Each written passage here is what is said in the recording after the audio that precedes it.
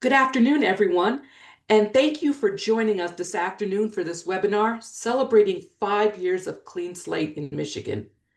My name is Cassie Lawyer, and I am the Policy and Research Specialist for Safe and Just Michigan. Safe and Just is a legislative policy advocacy organization working on criminal legal issues, and we are based in Lansing, Michigan.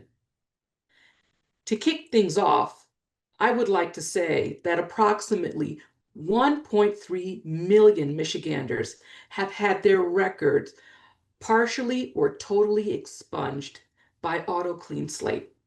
Now, Automatic Clean Slate is only a part of the legislation, but still, 1.3 million people have had their lives transformed by this piece of legislation.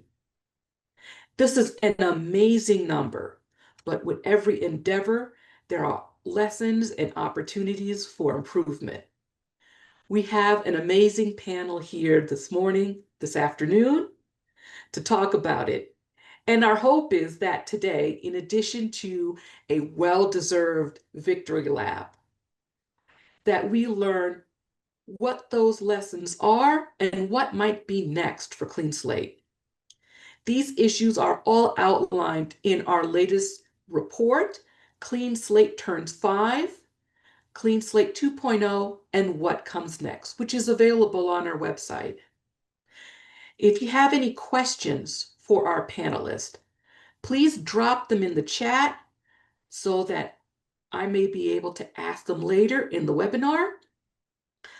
Please be reminded that the questions we want to look at sort of broad policy implication questions and not questions on individual expungement cases.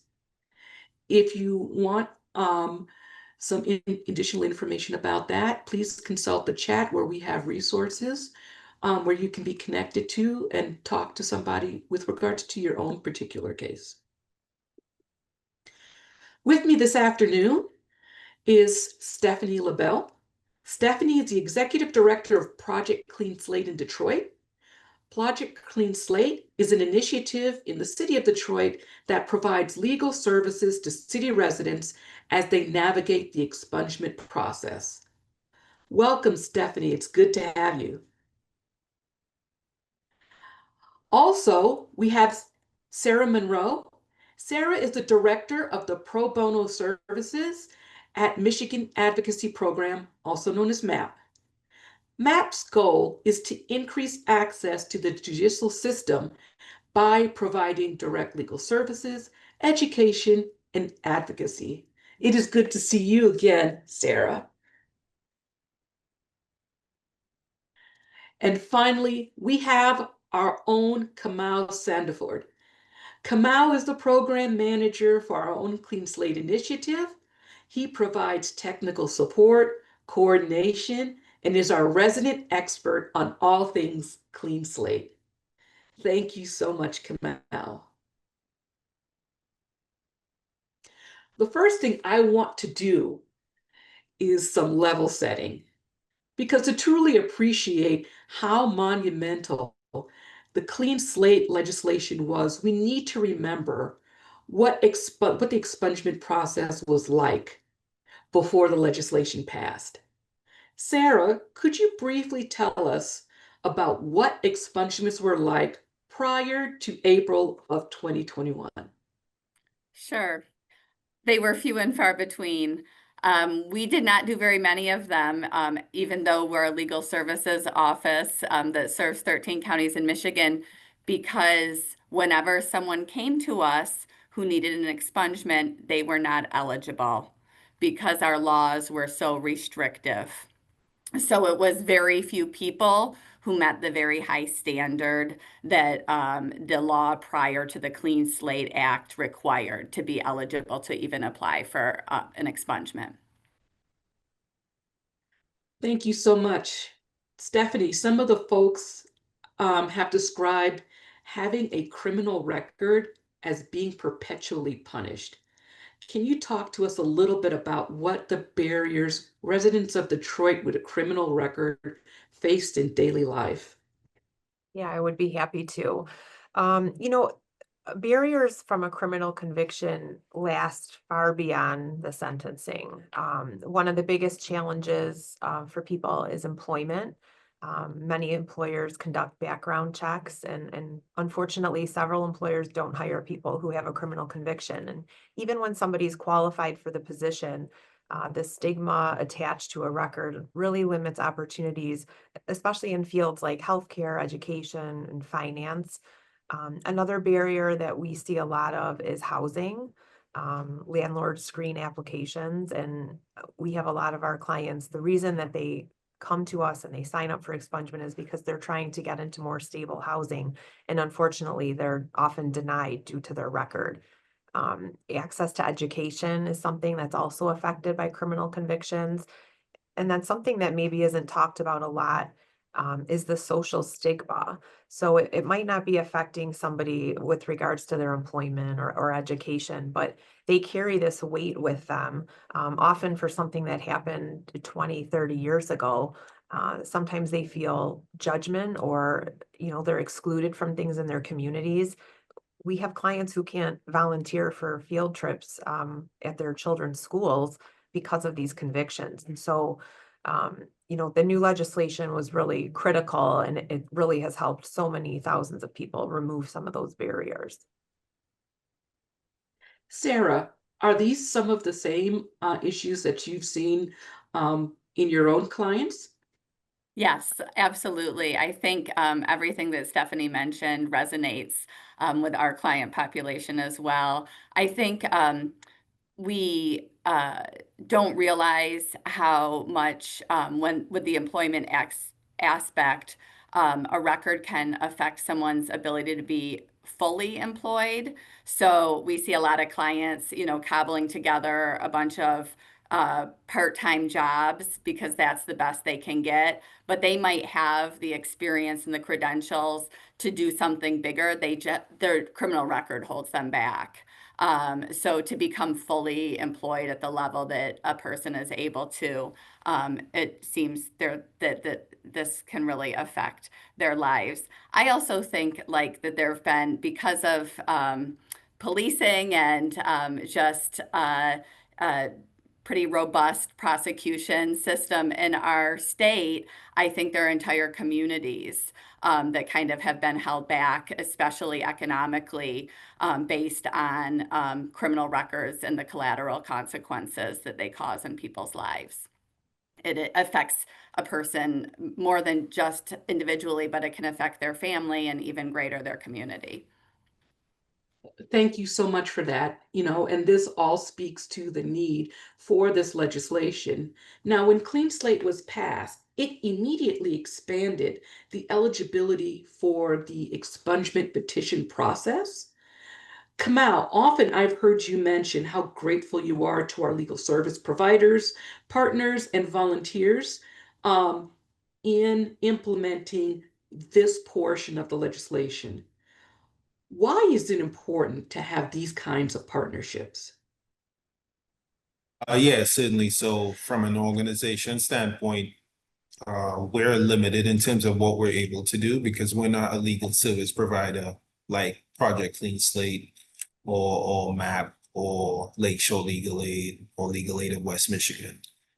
So at these fairs, yes, we can start people or we can initiate the process, get them on that path towards getting an expungement, but ultimately there's a lot more that goes into it after the fair has concluded. As Sarah and Stephanie can attest to, there is requesting court files, there is, you know, submitting paperwork to the court. There is representing that person at court at that hearing. There are issues that come along the way that may not have been anticipated in the initial phases of the screening process. And that's where lawyers, legal service providers like Project Clean Slate and MAP come into play, and they play a crucial role in terms of making sure that that person finishes what they started, which is getting the conviction removed from their record. Thank you so much for that. Now, all of you have had firsthand experience with the implementation of the expanded petition process. And Kamal, you just mentioned that there are issues that come up during the petition process. I'd like to hear a little bit more about that. Stephanie, can you tell us what problems you have observed during the implementation of the expanded petition process? Sure. It did open the door to thousands of people to clear their records, but of course it came with challenges. Initially, one of the biggest challenges for us was court backlogs. So, you know, all of a sudden, 5 years ago, thousands of people wanted to get their expungements. And so part of that process is requesting their certified records from the court, paying for them, having the court mail them, or they have to go pick them up. And so the staffing at the court did not allow for that to happen in a timely fashion. It took several weeks, months, and in some cases years for the courts to become fully staffed and come up with a process whereby they could provide those records in a timely manner. Another big issue was confusion or maybe lack of awareness. So people thought because there was now automatic expungement that they didn't need a petition expungement at all, and all of their convictions were gone, which was not true. Some people who tried filing on their own, they didn't know the process steps. And so it's a big, long process. And if you're not familiar with it, it's easy to miss a step. And so courts were having to reject filings so that people could correct their pleadings. Another issue that we worked with, and I'm sure Sarah encountered this as well. In fact, I know she has. The judges weren't really up to date on the new legislation and the interpretation of it. And so we actually communicated with several courts and did some presentations for them because the judges weren't sure how to apply the new law. And we wanted to, make sure that everybody was getting a fair chance at this. So that as time has gone on, that problem has gotten better. There's still some things that, we're appealing, Sarah's appealing, because we do think that courts are still misinterpreting some aspects of the legislation. And then, another major issue is costs. There are fees from courts to buy the records. There's a Michigan State Police fingerprinting fee. And then oftentimes clients owe the courts costs and fees or restitution. And that has made several judges reluctant, I should say, to grant an application if that person still owes the court or the complainant in the case money. Okay. Wow. So you touched on something. So there's two main parts to the legislation. There is the expungement petition process, and then there's the automatic expungement process. And like you said, Stephanie, there was this idea that once automatic expungement came online, that the petition process would no longer be important. Kamau, why is the petition process, with its partnerships and expungement fairs, still important? What are example of some of the complexities of a case that would make the petition process relevant? Yeah, I think the main thing to keep in mind is that the petition process is still broader in scope as opposed to the automated process. So the automated process is specifically targeted at low-level offenses. The example that I use is, a retail fraud third degree or driving while license suspended. Those types of low-level offenses are generally eligible for automatic expungement, whereas the more serious offenses, assaultive offenses, crimes of dishonesty, you require that additional step of petitioning the court. And again, the idea is that before they expunge those types of offenses, they want some type of judicial review or oversight over it before they make that step in terms of expunging that offense. So certainly the petition process is still needed because there are a number of offenses that aren't necessarily eligible for automatic expungement. Additionally, there is a shorter wait period with petitions.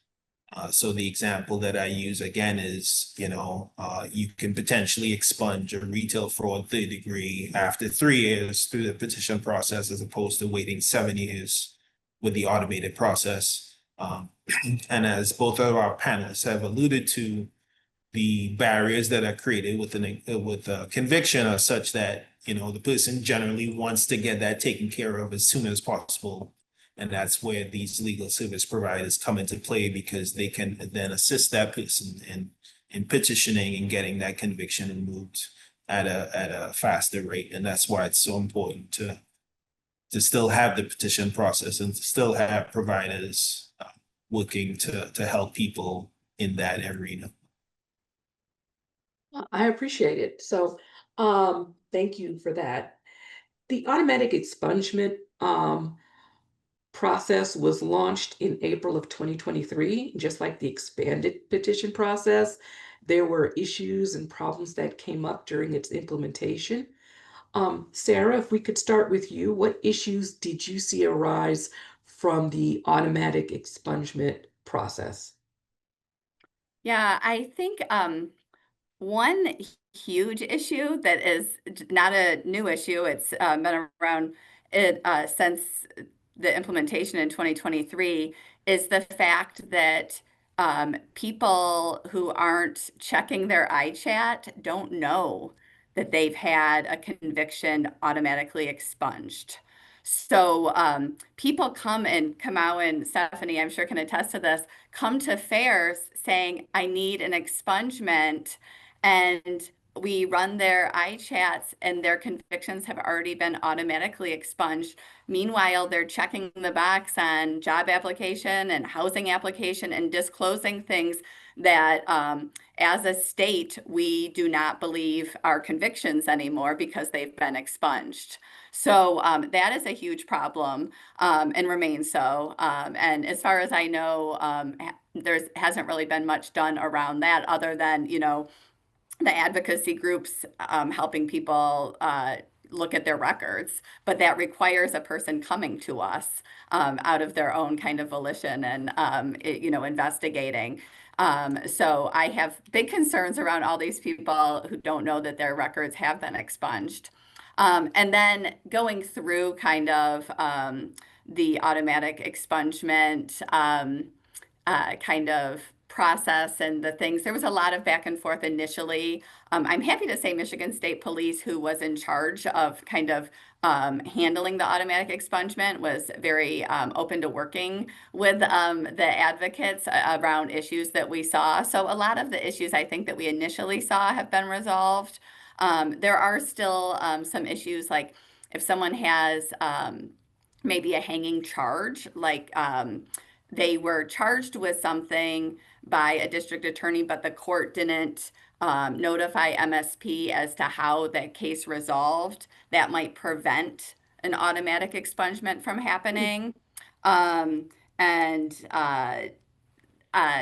there's kind of some little nuances with people's records like that are still things that require work on our end to kind of resolve to make sure the person's iChat is correct so that the automatic expungement process can work the way it's supposed to.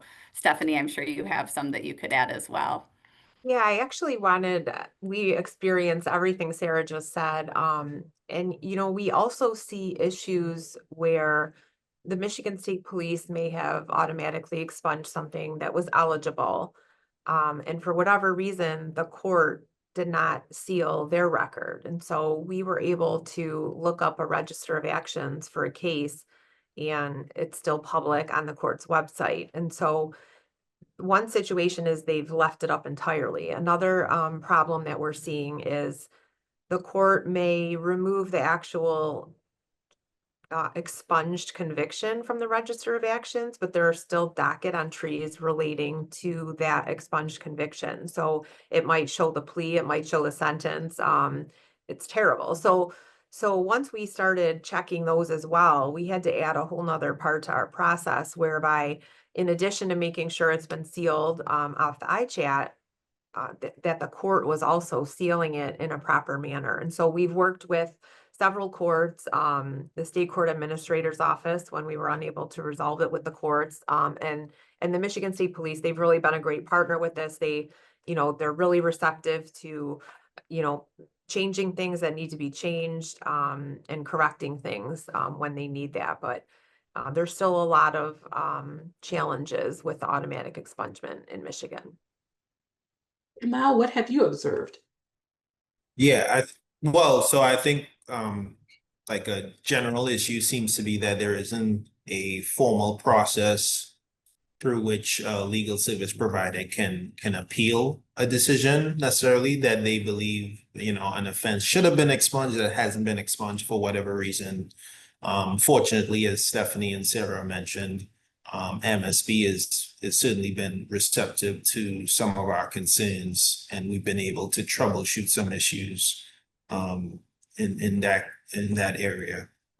One of the issues that was actually brought to our attention, I believe by Stephanie's group, was the issue of 92-day or less misdemeanors not being expunged through the local courts. So for some perspective, yes, you have the automated expungement process. Most offenses are initiated by the state police, and most auto expungements are initiated by the state police, but there is a subset of convictions that are initiated by the local courts. Those are the 92-day or less misdemeanor offenses. They tend to be low-level offenses like ordinance violations. And there's been an issue there, and I know Stephanie, you can attest to this issue because you're the one that brought it to our attention as far as the local courts not necessarily being on the same page when in terms of auto expunging those offenses. Yeah, we do see a lot of that, and sometimes it's a mapping error. So the courts that use the JIS system, which is, a majority of the district courts in the state, sometimes there's a mapping issue. If they have like a new ordinance and SCAO doesn't have that in their system, it might not be automatically expunged because of that. Sometimes the courts are using a different code, and so they might report something to Michigan State Police about a conviction, and they're using a state statute, that an MCL code, and in reality, the court has its own ordinance number for something that is 92 days or less, and should be coming off. But then we have to kind of connect the court and the Michigan State Police so that the court can provide the Michigan State Police with the proper information, and they can adjust the iChat. And after we do that, we typically see the offense fall off, and then the court seals the ROA. But there are still, we're working on several issues with several courts in regard to this. And it all takes, oh, sorry, Cassie, it all takes so much like human power to do, like, it's just all, so I think something that Steph and I were talking before we went live was how there was funding for programs around expungement before automatic expungement started. And I think there's a misconception now that, oh, everyone's convictions are being auto expunged, so we don't really, this isn't an area of particular need. Well, we need people to work on these issues for, I mean, sometimes a single client will require, filing petitions, communicating with MSP, communicating with the courts. So it is just very labor intensive. So I think that's one of the bigger problems with automatic expungement is a misconception that everyone's convictions are being set aside that way. Wow, I am getting sort of a greater sense and a greater appreciation of the, person time that's involved in this process. I would like to say there is a couple of terms that were unfamiliar to me when I was reading the report, and one of which is sort of intervening conviction. And I was wanting to know if one of you, any of you, could, talk about what an intervening conviction is and how it affects the expungement process. Sure. Yeah, Go ahead, Kamal. Sorry. no, Okay. So something that was added to the expungement legislation that went into effect in 2021, and it also affects automatic, is this concept of an intervening conviction or a conviction that falls in the waiting period of another conviction. So each conviction in Michigan is eligible, if it's eligible for expungement, has a waiting period. And the waiting period is calculated based on the last thing that happened in your case. So whether the last thing was your discharge from probation, you were released from parole, maybe you served time in jail and that was it. And the waiting period starts to run on that date. And depending on the offense, your waiting period is either 3, 5, or 7 years. If you have another conviction in that waiting period, so say you're within your 5-year waiting period, you had a driving on a suspended license conviction, you will not be eligible to expunge the conviction with that 5-year waiting period that you're trying to expunge until that intervening conviction can be expunged. And so practically speaking, what this has done, for Project Clean Slate anyway, we have clients who come to us with several convictions because now an unlimited number of misdemeanors can be expunged if you have no more than 3 felonies, with exceptions and exclusions. And so we've been forced to file things in a staggered manner. And so somebody might have 4 convictions that are all about 2 years apart, but we have to do them one at a time, even if they're all, 30 to 40 years old. We have to file them in a way that the intervening conviction is expunged, then we can go back. And so we kind of work our way backwards. There are ways that we can file them maybe at the same time because that reduces our fees. So when we file an application, there's a $50 fee that Michigan State Police charges to run the fingerprints and provide the criminal history report and the FBI report. If we file 10 applications for one person at one time, it's only $50. But if we have to file them in a staggered manner, we have to pay $50 every time we file. And that would be true for somebody, just doing it on their own. So sometimes we're able to file it, and depending on the court, we can kind of arrange the hearing dates in a way that would make sense for our clients so that we can kind of expunge them in a staggered order. There are some courts who will restart that waiting period. And so we've convinced several jurisdictions that if the waiting period, if you restart the waiting period at the time of the intervening conviction, then that person should be eligible. So there are many judges and courts who have adopted this and are doing it, and there are several who don't think that is the correct interpretation of the law.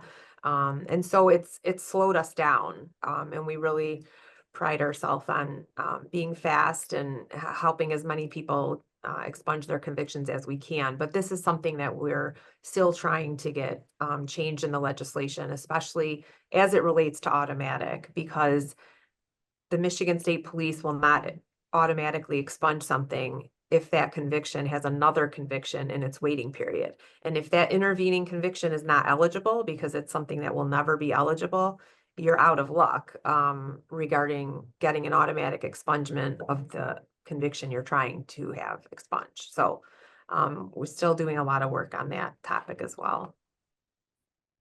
Yes, another term that came up in the report that I was unfamiliar with is a non-conviction. And so, Sarah, could you talk a little bit about what non-convictions are? Sure. So non-conviction is kind of exactly how it sounds, something that is on someone's record, but that they didn't ultimately get convicted of. So, for example, someone whose case was dismissed during the proceedings. The prosecutor chose not to go forward. There's a fancy Latin term for that. We call it nolle pros, but it's basically another form of dismissal. Someone who was acquitted, they got a not guilty verdict. That's a non-conviction. Am I missing any? So those are kind of the categories that we consider non-convictions. And the issue that we see around these, they usually aren't included on a person's iChat, but they do remain in Michigan on online court dockets. So things that, your neighbors were never convicted of linger forever on online court dockets, and there's no vehicle in which they can get those sealed. So I find this to be a kind of extraordinary reality for people who call us and are like, I have this case that I was not convicted of, but my employer found it because they Googled my name and they saw it on an online court docket that I was charged with this. And now they're asking me all these questions. There's no way for people to get rid of those. So someone who would have, pled guilty to something, someone who actually did something and pled guilty to it, and took responsibility for it, has a vehicle provided it's eligible, to expunge that from their record with no record, expunge that from their criminal history, and there'll be no public record of that. However, someone who's not convicted of something, someone who's acquitted of something, someone who's innocent, has that hanging over them for the rest of their lives. It's kind of mind-boggling. It is mind-boggling. Stephanie, can you talk a little bit about, what are the consequences of these, you know, charges that just go nowhere? It's unfortunate because those people are still facing the barriers that expungement is here to remove. And so it affects not only petition expungement, it also affects automatic expungement. There are even situations where somebody may have had a sentence under 7411 or HIDA, and the court didn't tell the Michigan State Police that the case is now closed and done. And so we look at an iChat, not seeing that case at all. And a client who should be eligible for automatic expungement is not. And MSP replies to us, they have a standard form response that they say, if your client has ever been charged or arrested for something that's not on the iChat, including 7411, HIDA, et cetera, they may not be eligible for auto set aside. So then what we're forced to do is trying to ask the client to remember, often decades ago, where this charge could have been. Then we're trying to work with the court to have the court send that disposition information to the Michigan State Police, because as long as that is there, they think it's pending, and that client is precluded from automatic expungement entirely. So it's not until we can get that updated, then we can ask the Michigan State Police to rerun the iChat, and oftentimes they're then eligible. And that's not something somebody would ever realize because it's not showing on their iChat. But the Michigan State Police think it's still like this pending HIDA or, diversion or whatever it may be. So that's been a big problem for our clients. Wow, there's a lot of technical legal issues that have come up in the implementation of Clean Slate. Can you tell me what, all of you, what's sort of being done to address them? Kamal, let's start with you. Yeah, so fortunately, we've kind of formed this informal expungement work group. It comprises of various legal service providers across the state: Project Clean Slate, Lakeshore Legal Aid, MAP, Legal Aid of West Michigan. They're all at the forefront of this type of work that we're doing. And one of the things to keep in mind is that this is a relatively new statute, so it's only 5 years old. And with that, there are going to be issues of statutory interpretation that come into play. And there are cases that are making its way through the legal system that will ultimately become case law for decades to come. And we're not quite there yet, but we will get to a point, hopefully, knock on wood, where we'll have some type of established law that everyone can adhere to. But until that time comes, we run into this situation, which Stephanie and Sarah alluded to earlier, which is where, some counties interpret the statute one way, another county interprets it another way. And so it's been extremely beneficial to kind of brainstorm with other legal service providers, evaluate cases, determining which cases are warrant further litigation. Hopefully it's something that we can continue to do in the future. Sarah, what about you? Can you talk a little bit about some of the cases that might be making its way through the Sure. courts? Yeah, I think in some instances with a new law, like Kamau mentioned, a judicial remedy is kind of in order. So we need a higher court to define aspects of the statute that might be opaque or might be interpreted differently. We call it justice by jurisdiction sometimes, where, one court is more than happy to grant expungements and looks at the law in a very expansive way, whereas another court is very narrow in how they might read, for example, intervening convictions. And so in some cases, the best kind of remedy, though it takes a long time because appeals are slow, is appealing to higher courts so that higher courts can kind of define different aspects of the law. I can think of a case that made its way to the Michigan Supreme Court that our committee actually submitted an amicus brief in, which is us saying how, a ruling would affect our clients and, giving the court our opinion, should they be interested in how we think they should rule. But that the court helped shine a light on one of the criteria for a petition-based expungement, which is public interest and what that means. The Supreme Court did. And that's kind of an example of a judicial remedy where we see some judges interpreting public interest very narrowly. We see others interpret it broadly. And then eventually we say, hey, higher court, can you help us all understand how we all should be interpreting this so that our clients in Detroit have the same experience as our clients in the UP? So that's one remedy, is sort of the judicial remedy. Sarah or Kamau, can one of you talk about sort of what other types of remedies we can have with regards to the technical issues that have come up? Yeah, so as an organization, we've attempted some legislative fixes to the statute. I think Stephanie, you may have mentioned this earlier, the issue of intervening convictions and the impact that those convictions can have on a person's eligibility, specifically automatic expungement.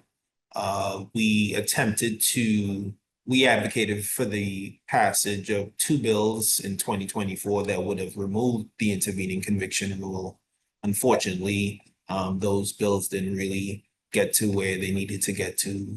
There wasn't a vote taken on those bills. So it's certainly something that we hope to revisit moving forward. As far as the non-conviction issue is concerned, something to keep in mind is that I think there are 13 or 14 clean slate states. Most of those states have some version of a non-conviction expungement mechanism, but Michigan is one of the few states that doesn't have a pathway that allows you to expunge non-convictions. And so that's certainly something that we hope to rectify through legislation moving forward as well. Okay, before we get to audience questions, I would, and this is for everyone, can you talk about what things you would like to see in the future of Clean Slate? Stephanie, let's start with you. I have, how much time do you have? What I really would like is for some consistency. I think that it's been enough time that this law has been in effect, that judges and courts and former defendants should have a better idea of how things are going to go. And right now, there's just so much variance between, as Kamal mentioned, in the different counties, in the different courts. And it really seems unfair to me. Somebody who lives in a different county shouldn't get a different outcome when they're in the same situation, just because um, of the way somebody feels about expungement. So I think consistency both in petition expungement and then automatic expungement. I think that we probably need to have some statewide court training, maybe by the state court administrator's office, so that we are not trying to address all of these issues piecemeal. Because while we're addressing them for our clients, there are, thousands of people in the state who maybe are trying to navigate this on their own, and they don't have, the knowledge or the team behind them to make all this happen. Sarah talked about, spending hours and hours on a case. We have 4,000 open files and we have fewer than 20 people on our team. So they're not all in that situation, but those that are, I mean, it really does take a lot of work on our end. And while our clients are lucky that we do that for them, there are people who don't have, organizations like Sarah's and Safe and Just and Project Clean Slate behind them to do that for them. And so, I would just like to see a more consistency. Sarah, what about you? Yeah, I would like to see continue address the funding problem that we have, because I think the petition process is pretty burdensome, and I think frankly pretty difficult for non-attorneys to navigate on their own. Both Stephanie and I rely on federal funding, and it's most news is not good news these days when it comes to federal funding. So I would love to see some, local funding to kind of support the work we do. I agree with everything that Stephanie said about consistency. I also think the petition process could probably be easier. Right now, the service, one of the things that trips people up is the service requirements. Certain documents are served on 4 different entities, and certain documents need to be certified, and some need to be on certain cards. And so I think there probably is ways to make the petition process a little bit easier, but that's not the area that I work in. I work in the actual delivering the legal services. So from our perspective, the more, funding that we have around this issue, the more people we can help get expungements and really change the trajectory of their lives and their families' lives. Kamal, what about you? So I know as an organization, we certainly want to see the implementation of a clean slate portal, which I think Sarah mentioned earlier. Obviously, you run into a situation where people are having convictions removed from their record, and they don't necessarily know that it's been removed, and they're still checking that box, which seems to be, counterproductive, right? So certainly that's something that we want to see happen. Additionally, as we mentioned earlier, the issue of non-convictions is still an issue. The idea that you can expunge, it's easier to expunge a conviction as opposed to an offense that you weren't even convicted of, seems to be problematic, or it doesn't make sense, right? So certainly that's something that we want to see rectified moving forward as well.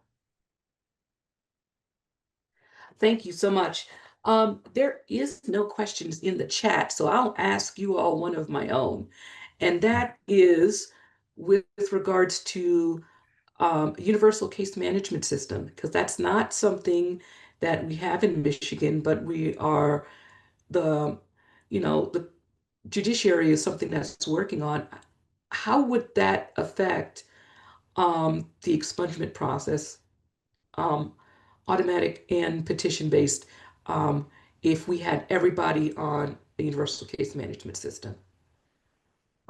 Yeah, I think that, the state court administrator's office is moving toward that, and that really will be life-changing. Right now, if a client thinks they have a conviction that's not on their iChat, we can go to several court websites, and search for them. But if we had one system where we could plug someone's name in and it would return all of the results, that would really be huge. Sometimes clients forget about convictions. They're so minor, or they're so old. And if for whatever reason they weren't reported on their iChat, which happens a lot, quite frankly, we don't have any way of knowing about it. And so that's something that that would really, when I say life-changing, for the attorneys and the people practicing in this arena, it really would be. And I'll also say, I think a unified case management system would potentially open the door for an online petition process as well, where instead of mailing stuff or off, maybe we can file stuff online, or maybe that's wishful thinking. But that's certainly something that I hope that we'd see maybe 5, 10 years from now.